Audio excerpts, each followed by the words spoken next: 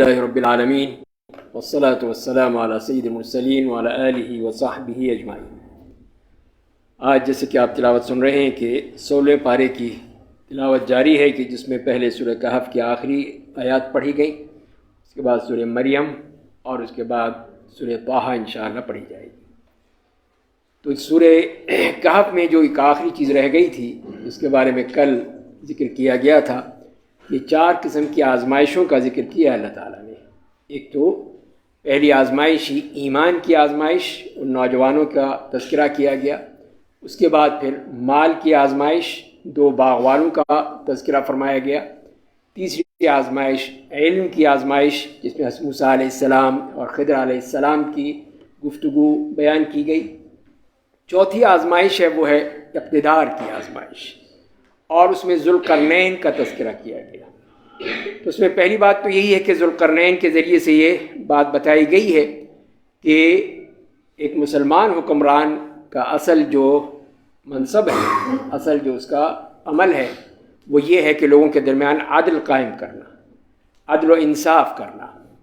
اور وہ عدل و انصاف جو سب کے لیے ہو، برابر ہو، اس میں کسی چھوٹے بڑے کی کوئی تمیز نہ ہو۔ اسی لیے جو کہا جاتا ہے کہ انصاف اندھا ہوتا ہے، اسی لحاظ سے کہ وہ یہ نہیں دیکھتا کہ یہ کون ہے اور یہ کون ہے، بلکہ سب کو وہ ایک ہی نظر سے دیکھتا ہے۔ تو ذوالقرنین کا وہ ایک پہلو بتایا گیا۔ دوسری پہلو جو بیان کیا گیا کہ ان لوگوں نے ان سے کہی کہ یاجوج و ماجوج ہم پر حملے کر دیتے ہیں، تو اس کے لیے آپ ایک بند بنا دیں، ایک ہمارے لیے ایسی دیوار بنا دیں کہ جس کے ذریعے سے وہ ہم پر نہ آ سکیں۔ تو انہوں نے پھر ان کے لیے بات کی کہ تم اس کا انتظام کرو، میں تمہیں بنا کر دوں گا، لیبر ساری میں لے کر آؤں گا، باقی چیزیں سب میری ہوں گی، تمہیں صرف وہ تانبا اور وہ لوہا اور جو چیزیں تھیں وہ ان سے طلب کی اور لیبر ان سے مانگ لی، باقی سب خرچہ انہوں نے خود کیا ہے۔ تو یہاں پر یہی یاجوج و ماجوج کے بارے میں کہ یہ وہ قوم ہے جس کے بارے میں قرآن نے ذکر کیا ہے۔ یہاں پر بھی سورہ کہف میں تذکرہ آتا ہے، اسی طرح پھر آئندہ صورتوں میں سورہ انبیاء کے آخر میں آتا ہے حتی اذا فتحت یاجوج و ماجوج وہم من کل حدب ینسلون، کہ وہ ہر اونچی جگہ سے تیزی سے آتے چلے جائیں گے۔ تو یہ قیامت کی نشانیوں میں سے ایک نشانی ہے، جبکہ یاجوج و ماجوج نکلیں گے اور پھر وہ زمین پہ فساد پھیلائیں گے اور قتل و غارت کریں گے، خون ریزی کریں گے، یہاں تک کہ حضرت عیسیٰ علیہ السلام کے دعاؤں سے پھر یہ مسئلہ حل ہوگا۔ یہ کون ہے؟ ان کے بارے میں تفصیل تو ہمیں نہیں ملتی کہ یہ لوگ کون ہیں۔ کوئی کہتا ہے کہ چائنا والے ہیں، اب چائنا والوں سے بات کر کے دیکھیں، آپ کی پٹائی کر دیں گے۔ تو ہمارے ہیں یونیورسٹی میں طلباء ہیں، تو وہ تو ناراض ہو جاتے ہیں کہ آپ ہمیں یاجوج و ماجوج کہہ رہے ہیں، تو وہ تو نہیں ہیں۔ تو یہ قوم ہے، جیسے ذوالقرنین کے بارے میں بتایا گیا کہ یہ اس وقت وہاں پہ فساد پھیلاتے تھے، تو انہوں نے پھر یہ انتظام کیا کہ وہ بند بنا دیا اور اس کے ذریعے سے روک دیا گیا کہ وہ ابھی دنیا میں نہیں آ سکتے۔ کب آئیں گے؟ یہ اس وقت آئیں گے جب اللہ کا حکم ہوگا، اور وہ قیامت کی نشانیوں میں سے ایک نشانی ہوگی کہ جس میں یہ لوگ نکلیں گے اور پھر پوری دنیا میں قتل و غارت ہی کرتے رہیں گے، اور پھر جیسے کہ حدیث میں آتا ہے کہ وہاں پہنچیں گے تو بحیرہ طبریہ جو اس وقت اردن، شام اور فلسطین کے درمیان ہے، یہ بحیرہ طبریہ ہے، اس کا سارا پانی پی جائیں گے، پورا دریا ہے، سب خشک ہو جائے گا۔ اسی طرح اور ان کی نشانیاں ہیں جو کہ ہمیں احادیث سے معلوم ہوتی ہیں، اور یہ آ کر پھر یہ تباہی مچائیں گے، اور یہاں تک کہ اتنی تباہی ہوگی کہ حضرت عیسیٰ علیہ السلام مسلمانوں کو لے کر ایک پہاڑ پر چڑھ جائیں گے، اور یہ لوگ وہاں پر قتل و غارت کرتے رہیں گے۔ تو اللہ سے دعا کریں گے کہ اللہ ہمیں اس مصیبت سے نجات دلا، تو اللہ تعالیٰ پھر ان کے گردنوں میں اس قسم کی بیماری یا وبا پھیلائیں گے کہ سب مر جائیں گے، سب ختم ہو جائیں گے، کوئی نہیں باقی بچے گا۔ اب یہ اور بڑی مصیبت آ گئی کہ یہ لاکھوں میں ان کی تعداد ہے، یہ اس سے بھی زیادہ۔ اب ان کی لاشیں کون اٹھائے گا؟ ان کا یہ گند کون اٹھائے گا؟ تو پھر دعا کی اللہ تعالیٰ سے، تو اللہ تعالیٰ نے پھر ایسے ہی تیز بارش برسا دی، جس کے ذریعے سے اس سے پہلے ایسے پرندے بھیجے لمبی لمبی گردنوں والے جو ان کی لاشوں کو اٹھا کر لے جائیں گے، وہاں سے ان سب کو صاف کر دیں گے، پھر جو باقی گند رہ جائے گا وہ پھر تیز بارش آئے گی، اس کے ذریعے سے بالکل زمین صاف ہو جائے گی۔ تو یہ ہے ان کی اس کے بارے میں جو ہمیں ملتا ہے، اور ان کے اسی میں کہ وہ اس معاملے میں اتنے ڈھیٹ ہو جائیں گے کہ لوگوں کو، دنیا کے لوگوں کو مارنے کے بعد یہ کہیں گے کہ اب ہم آسمان والوں کو ماریں گے اور آسمان کی طرف تیر چلائیں گے، اور وہاں سے بھی ان کے لیے تیر جب واپس آئیں گے تو وہ خون آلود ہوں گے، تو اور خوش ہو جائیں گے، دیکھو ہم نے ان کو بھی مار دیا، ان کو تو مارا ہی تھا، ان کو بھی مار دیا۔ تو یعنی یہ ایک بہت بڑی آزمائش ہوگی، اور پھر اس طرح عیسیٰ علیہ السلام کا دور آ چکا ہوگا، وہ واپس آ چکے ہوں گے آسمانوں سے، تو وہ پھر اس زمانے میں پھر اس کا خاتمہ ہوگا۔ تو یہ ایک قیامت کی نشانیوں میں سے ایک نشانی ہے، تو جس کے بارے میں یہ بتایا گیا۔ تو یہ بات بھی اس میں ہے کہ ایک دن نبی کریم صلی اللہ علیہ وسلم نے کہا صحابہ کرام سے کہ الیوم فتح من رجم یاجوج و ماجوج، کہ آج یاجوج و ماجوج کا جو بند ہے اس میں اتنا سوراخ ہو گیا ہے، آپ نے اطلاع دے دی تھی۔ تو وہ پھر اسی طرف اشارہ ہے کہ ان کا یہ جو قرآن نے ذکر کیا ہے وہ یہی وہ بند ہے، وہ ڈیم ہے جو کہ بند کر دیا گیا تھا، بنا دیا گیا تھا اس وقت جو قرآن نے ذکر کیا ہے، اور پھر وہ اس کو کھودنے کی کوشش کریں گے، جیسے کہ حدیث سے آتا ہے کہ وہ اس کو کھودیں گے، آئیں گے روزانہ کھودیں گے، یہاں تک کہ جب قریب پہنچ جائیں گے پھر کہیں گے نہیں اب تو بس قریب پہنچ گئے ہیں، کل کر لیں گے، کل کریں گے، تو پھر وہیں کا وہیں ہوگا، پھر ویسے ہی ہو جائے گا۔ لیکن حدیث سے جو معلوم ہوا کہ اتنا سوراخ کر لیا ہے لیکن ابھی نکل نہیں سکتے ہیں، نکلیں گے اسی وقت ہی جب اللہ کا حکم ہوگا اور قیامت کی نشانیاں شروع ہو جائیں گی۔ جو نشانیاں، یہ مطلب یہ جو علامات کبریٰ ہیں ان میں سے ایک نشانی ہے یاجوج و ماجوج کی۔ تو یہ ہمیں بتا دیا گیا قرآن کریم سے بھی اور احادیث سے بھی۔ اسی طرح پھر ہم دیکھتے ہیں اس کے بعد جو اگلی صورت ہے وہ سورہ مریم، جس میں اللہ تعالیٰ نے حضرت مریم علیہ السلام کی تفصیل بیان کی ہے۔ یہاں پہ تفصیل سے ذکر کر دیا ہے، جو عیسائی جو کہتے ہیں اس کے مقابلے میں یہاں پہ وہ حقیقت رکھ دی گئی ہے کہ وہ جن کو جب انہیں اللہ کا حکم ہوا اور یہ حضرت عیسیٰ علیہ السلام کی پیدائش کا وقت ہوا تو پھر انہیں ایک دور جگہ اپنے اختیار کر لی، وہاں تشریف لے گئیں، اور پھر اللہ تعالیٰ نے حضرت جبریل علیہ السلام کو بھیجا تھا، انہیں روح پھونکی اور پھر وہ پیدائش کا مرحلہ ہوا، اور اسی وقت جو کہا گیا کہ اپنے اوپر جو کھجور کی ٹہنیاں ہیں، یہ کھجور کا درخت ہے، اس کو ہلاؤ تو تمہارے لیے رطبا جنیا، تازہ کھجور گرے گی۔ تو تازہ کھجور کس موسم میں آتی ہے؟ سردیوں میں؟ تو کہتے ہیں کرسمس سردیوں میں ہوتی ہے، تو وہی نا، کرسمس تو پھر اس وقت منانی چاہیے پھر جب کھجوریں گرتی ہوں، تو مطلب یہ کہ ان کا دعویٰ جھوٹا ہے۔ دسمبر میں تو کھجوریں نہیں گرتی، وہ تو گرمیوں میں آئیں گی، یا جیسے آپ نے کہا اکتوبر میں آئیں گی، دسمبر میں اس وقت تو وہ کھجوریں نہیں گرتی جو اللہ تعالیٰ بیان کر رہے ہیں قرآن کریم میں، تو ان کا دعویٰ یہ جھوٹا ثابت ہوا۔ تو یہی چیز ہے کہ اللہ تعالیٰ نے وہاں پہ بتا دیا ان کو اور یہ کر دیا۔ اس سے پہلے حضرت زکریا علیہ السلام کا بھی تذکرہ کیا، وہاں پر بھی بتایا، ان کو یہ خوشخبری دی کہ اللہ تعالیٰ آپ کو ایک بیٹا دے گا جس کا نام اللہ نے نام بھی رکھ دیا، یحییٰ نام ہوگا اس کا۔ تو وہ حیران پریشان کہ یہ کیسے ہوگا، پہلے خود ہی مانگا اللہ سے کہ اللہ مجھے بیٹا دے دے، جب اللہ نے کہا دے دیا تو پریشان ہو گئے کہ اب مجھے بیٹا کیسے ہوگا، میری عمر جو ہے 100 سال، بیوی جو ہے بانجھ ہو چکی ہے 80-90 سال کی ہے، اب اولاد کہاں سے ہوگی؟ تو اللہ تعالیٰ نے فرمایا کہ اللہ کا فیصلہ ہے یہ۔ تو یہی بتانے کے لیے کہ اللہ تعالیٰ جو چاہے کر سکتا ہے،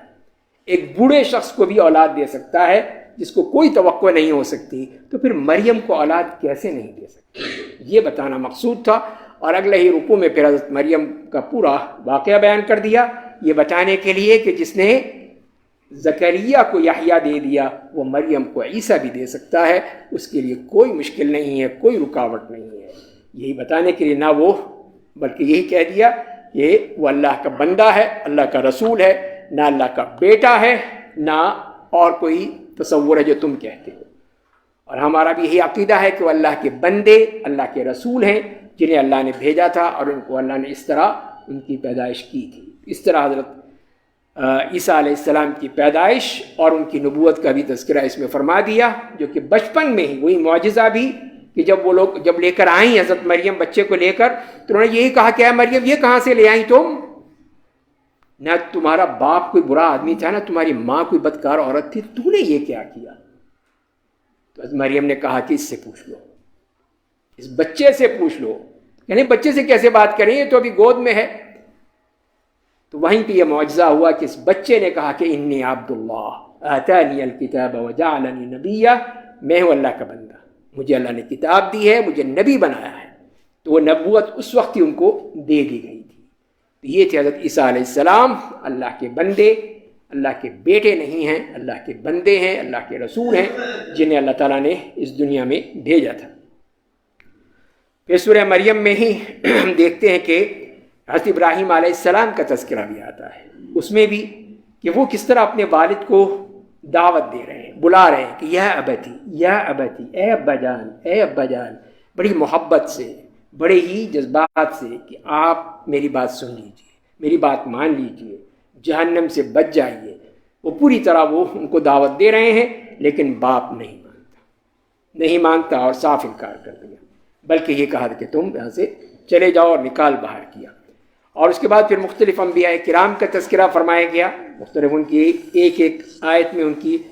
صفات بیان کی گئیں، حشر کا بھی، اور اسی پر پھر آخر میں اس بات پہ ہی یہ صورت ختم ہوتی ہے کہ جس میں اس بات کا اشارہ کیا کہ اللہ کے لیے بیٹا بنا لینا کتنا بڑا جرم ہے، کتنا بڑا گناہ ہے، کہ جس سے آسمان اور زمین بھی ہل کر رہ جاتے ہیں کہ اللہ کے لیے اتنی بڑی بات کہہ دی کہ اس کا بیٹا ہے۔ وہ تو سب اللہ کے بندے ہیں،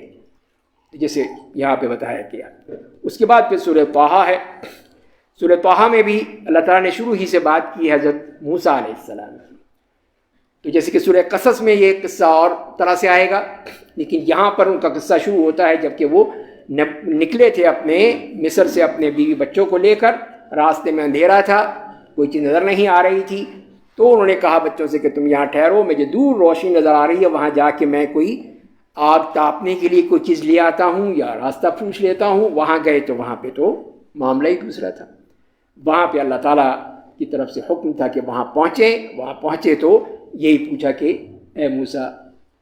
اور اپنا اللہ تعالیٰ نے بتا دیا کہ میں نے تمہیں یہاں بلایا ہے یا تم یہاں پر آئے ہو، اور پھر ان کو وہ نبوت عطا ہو گئی۔ اس طرح حضرت موسیٰ علیہ السلام پھر واپس آتے ہیں اور پھر بچوں کو لے کر جاتے ہیں اور پھر اپنی دعوت کا کام شروع کرتے ہیں، اور پھر اللہ تعالیٰ نے ان کا پورا تذکرہ کیا ہے، جیسے کہ آخری حد تک جب بنی اسرائیل کو لے کر چلے ہیں حضرت موسیٰ علیہ السلام مصر سے، تو فرعون نے پیچھا کیا، یہاں تک کہ اللہ تعالیٰ نے ان کو تو نجات دے دی بنی اسرائیل کو، اور فرعون کو وہاں پہ غرق کر دیا، سب وہاں پہ ڈوب گئے، ختم ہو گئے۔ اور پھر جب وہاں پہنچے تو وہاں پہ ایک اور آزمائش بھی تھی کہ سامری جادوگر نے، اس نے کیا کیا تھا، اس نے سارے جو سونے تھے، جو چیز بھی حاصل کی تھی، جواہرات ان کے بنی اسرائیل کے، وہ لے کر پگھلا کے ایک وہ بچڑا بنا لیا تھا، اور بچڑے کے بارے میں کہا کہ ھذا الہکم و الہ موسیٰ، یہ تمہارا بھی خدا ہے اور موسیٰ کا خدا بھی یہی ہے وہ خدا، اور اس کی عبادت کے لیے لگا دیا۔ حضرت موسیٰ علیہ السلام جو گئے ہوئے تھے واپس آئے تو سخت غضبناک تھے، حتیٰ کہ اپنے بھائی ہارون ان کے سر کے بال اور داڑھی کے بال پکڑ کے ان کو جھنجھوڑ دیا کہ یہ تم نے کیا کر دیا، میری ساری جو محنت تھی سب برباد ہو گئی، میں توحید کی طرف بلاتا رہا، یہاں پہ تو شرک شروع ہو گیا۔ تو انہوں نے یہی کہا کہ انی خشیت ان تقول فرقت بین بنی اسرائیل، تو دیکھیے ہارون نے کیا کہہ دیا کہ مجھے یہی ڈر تھا کہ تم کہو گے کہ تم نے بنی اسرائیل کو تفرقے میں ڈال دیا تھا۔ تفرقہ بازی کتنی خطرناک چیز ہے۔ ہارون اس پہ خاموش ہو گئے، شرک ہو رہا تھا، لیکن اسی انتظار میں کہ موسیٰ علیہ السلام آئیں گے تو پھر بات کریں گے، لیکن اس وقت چپ ہو گئے کہ یہ بڑی خطرناک معاملہ تھا۔ دوبارہ اس کے بعد موسیٰ علیہ السلام آئے، انہوں نے پھر اس مسئلے کو ہینڈل کیا اور اس کے بارے میں کیا، اور پھر اسی جو سامری نے جو بنایا تھا بیل یا بچڑا، اس کو تو جلا دیا گیا اور اس کو تباہ کر دیا گیا، اور اس کے لیے پھر یہ تھا کہ وہ یہی کہے گا کہ اس کو ایسا بخار یا ایسی کوئی کیفیت ہوتی تھی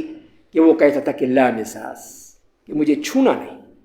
کوئی چھوئے گا تو وہ بھی بیمار پڑ جائے گا۔ تو یہ ایک عذاب تھا جس میں اس کو ڈال دیا گیا کہ اس نے جو اتنا بڑا جرم کیا تھا۔ تو سورہ قرآن میں اسی بات کی تذکیر کی گئی، اور اسی میں یہ بھی بتا دیا گیا کہ ومن اعرض عن ذکری فإن له معیشة ضنکا وَنَحْشُرُهُ يَوْمَ الْقِيَامَةِ أَعْمَى، کہ جو بھی ہمارے اس قرآن سے اعراض کرے گا، منہ پھیر لے گا، نہیں پڑھے گا، نہیں سوچے گا، نہیں غور فکر کرے گا، نہیں تدبر کرے گا، اعرض عن ذکری، اعراض سے مراد یہ ہوتی ہے کہ منہ پھیر لینا، الگ ہو جانا، اس کے لیے ہم 2 سزائیں دیں گے۔ اللہ تعالیٰ نے یہاں پہ ان 2 سزاؤں کا ذکر کر دیا، پہلی سزا اس دنیا میں اور دوسری سزا آخرت میں۔ یہاں پر کیا ملے گا؟ فَإِنَّ لَهُ مَعِيشَةً ضَنْكَ، اس کی معیشت تنگ کر دی جائے گی، جو ہم بھگت رہے ہیں، ہم یہی تو بھگت رہے ہیں، اور کیا ہے؟ مہنگائی مہنگائی مہنگائی، معیشت تنگ ہو چکی ہے، ڈیفالٹ ہو چکے ہیں، IMF کے غلام بن چکے ہیں، اس سے زیادہ تنگی اور کیا ہوگی؟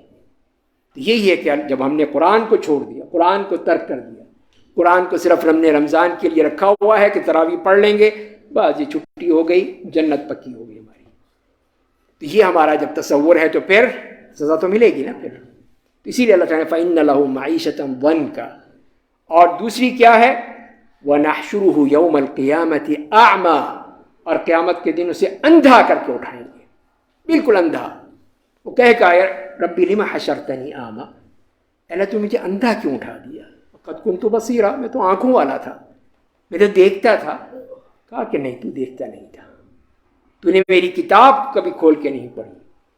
کبھی اس پر غور و فکر نہیں کیا، تو آج تو اندھا ہی اٹھایا جائے گا۔ اس لیے کہ آنکھیں تو تھی لیکن تو نے کبھی قرآن کھول کر نہیں دیکھا،